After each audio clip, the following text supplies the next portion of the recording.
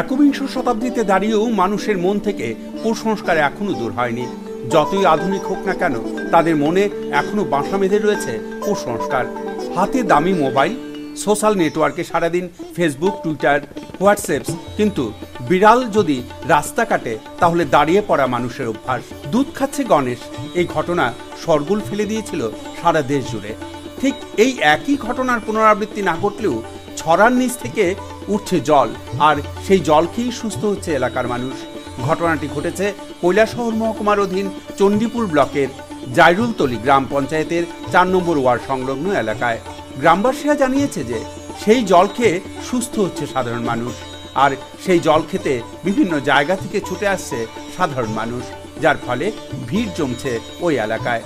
বেশ কয়েক মাস আগে ওই গ্রামের নিব্রত সিনহা স্বপ্ন দেখেন যে মাটির নিচ থেকে ওঠা ছড়ার জল পান করলে রোগ মুক্তি ঘটবে, এমনটাই জানিয়েছেন নিব্রত বাবু।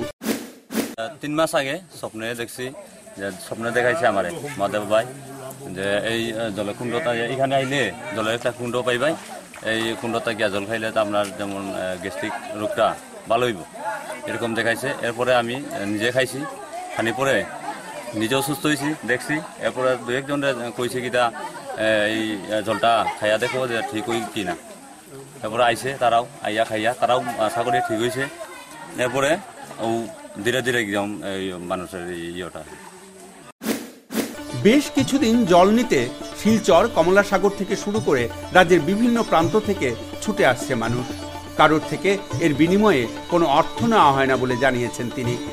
সেই জল খেয়ে 7 বছরের পেটের অসুখ সুস্থ হয়ে গেছে বলে জানিয়েছেন এক ব্যক্তি। 7 বছর ধরে। আর আমি তো এই ঘটনা শোনার পরে আইছি 4-5 দিন ধরে, তো খাইতে আসি, কোনো অসুবিধা নাই আমার শরীরে। গ্যাসের কোনো অ্যাসিডিটি নাই, কোনো গ্যাসের প্রবলেম নাই। ওষুধ তো খাইতে আসি না, ওষুধ বন্ধ পুরো। আপনার 7 বছরের পেশেন্ট, মানে আপনার কি, মানে মূলত কি রোগ আছে আপনার? আমার তো গ্যাসের প্রবলেম আর লিভারের প্রবলেম। তো এই জলটা খাওয়ার পরে? এই জলটা খাওয়ার পরে কোনো প্রবলেম নাই আমার মধ্যে। কয়দিন ধরে এই জলটা খাইতেছেন? 5 দিন ধরে। এই ঘটনা সামনে আসার পর থেকে কৈলাসহর মহকুমা শাসক সুব্রত চৌধুরীর কাছ থেকে বিস্তারিত জানতে চাওয়া হলে তিনি বলেন, আমি কিছু জানতাম না, সংবাদ মাধ্যমের কাছ থেকে শুনতে পেলাম।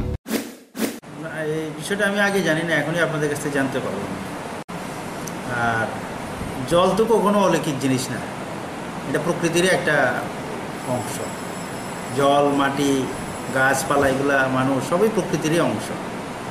তো আমি মনে করি এটা একটা প্রাকৃতিকই জিনিস, এবং এটা হয়তো মানুষে একটা অন্যরকম বিশ্বাস করছে, ধর্মের সঙ্গে হয়তো বিশ্বাস করছে। ধর্ম এবং প্রকৃতি জিনিসটা আলাদা। ধর্ম একটা জিনিস এবং প্রকৃতি আর একটা জিনিস। প্রকৃতির আলাদা কোয়ালিটি আছে, ধর্ম একটা স্পিরিচুয়াল বিষয়। তো একটার সঙ্গে একটা, আমি মনে করি আমার ব্যক্তিগত মতামত, এটার সঙ্গে একটার সঙ্গে একটা মিল নেই। তবে এই ধরনের খবর আমাদের কাছে নেই, প্রশাসনের কাছে নেই, যেহেতু আমরা জেনেছি। আর আমাদের এখানে কৈলাসহরে আমাদের বিজ্ঞান মঞ্চের লোক আছেন, জাতীয়তাবাদী বিজ্ঞান মঞ্চের লোক আছেন, ওনারা হয়তো নিশ্চয়ই বিষয়টা জানবেন, যদি না জেনে থাকেন, তো ওনারাও এই ব্যাপারে উদ্যোগ নেবে, এটাই বলবো আর কি। এই যেন ঠিক গণেশের দুধ খাওয়ার মতো, কিন্তু একবিংশ শতকে দাঁড়িয়ে এই ঘটনা কি আদৌ সম্ভব? এই ঘটনা আজ থেকে নয়, বেশ কিছুদিন ধরেই চলছে। কেন এখনো পর্যন্ত কোনো ব্যবস্থা নিচ্ছে না প্রশাসন? আর এই ঘটনাকে কেন্দ্র করে টাকার খেলা চলছে ওই জায়গায়। সুস্থ হলেই টাকা পড়ছে প্রণয়ী বাক্সে। Bureau report, news vanguard.